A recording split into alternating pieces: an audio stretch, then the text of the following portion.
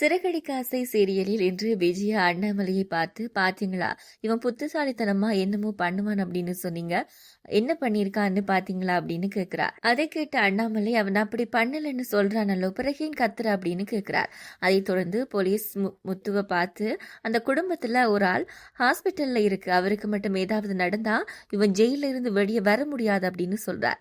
பின் முத்து, நான் அப்படியெல்லாம் பண்ணல அப்படின்னு சொல்றார். அதைத் தொடர்ந்து முத்துவை போலீஸ் அரெஸ்ட் பண்ணி கொண்டு போகிறார்கள். அதை பார்த்த ரோஹிணி, எப்படியோ நமக்கு பேரு வெளியில வரல அப்படின்னு நினைச்சு சந்தோஷப்படுறா. பின் ஸ்டேஷன்ல அருண் முத்துவை பார்த்த உடனே என்னாச்சு அப்படின்னு கேட்கிறார். அதனை அடுத்த முத்துவை பார்த்து, அருண் இவர் இப்படியெல்லாம் செய்திருக்க மாட்டார் அப்படின்னு சொல்றார். அதை கேட்ட முத்து, எனக்காக யாருமே பேச வேணாம் அப்படின்னு சொல்றார். அதைத் தொடர்ந்து அருண் வெளியில வந்து போலீஸ் கிட்ட, அவன் தான் கண்டிப்பா தப்பு பண்ணியிருப்பான், நான் சும்மா அவனுக்கு முன்னாடி நடிச்சேன் அப்படின்னு சொல்றார். இதனை அடுத்து மீனா இன்ஸ்பெக்டர் வீட்டை போய் நிற்கிறார். அங்க அவர் இல்ல அப்படின்னு தெரிஞ்ச உடனே மீனா ரொம்பவே கவலைப்படுறார். பின் மீனா அருண் கிட்ட ஹெல்ப் பண்ண சொல்லி கேட்கிறாங்க.